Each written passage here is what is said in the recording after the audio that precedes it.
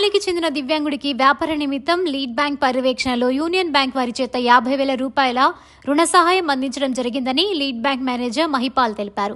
సోమవారం కలెక్టరేట్లోని collector chamber వద్ద జిల్లా కలెక్టర్ నాగలక్ష్మి స్వయంగా దివ్యాంగుడికి అందించారు. ఈ సందర్భంగా మీడియాతో మాట్లాడుతూ దివ్యాంగుడికి సహాయం చేయడం కోసం యూనియన్ బ్యాంక్ ముందుకు రావడం శుభ పరిణామమని అన్నారు. హ్యాండిక్యాప్డ్ పర్సన్స్ వీళ్ళు చీఫ్ మినిస్టర్ ఆఫీస్ దగ్గరికి వెళ్ళేసి ఆర్థిక సహాయం కోసం వాళ్ళు స్టీల్ వ్యాపారం చేసుకుంటున్నారు.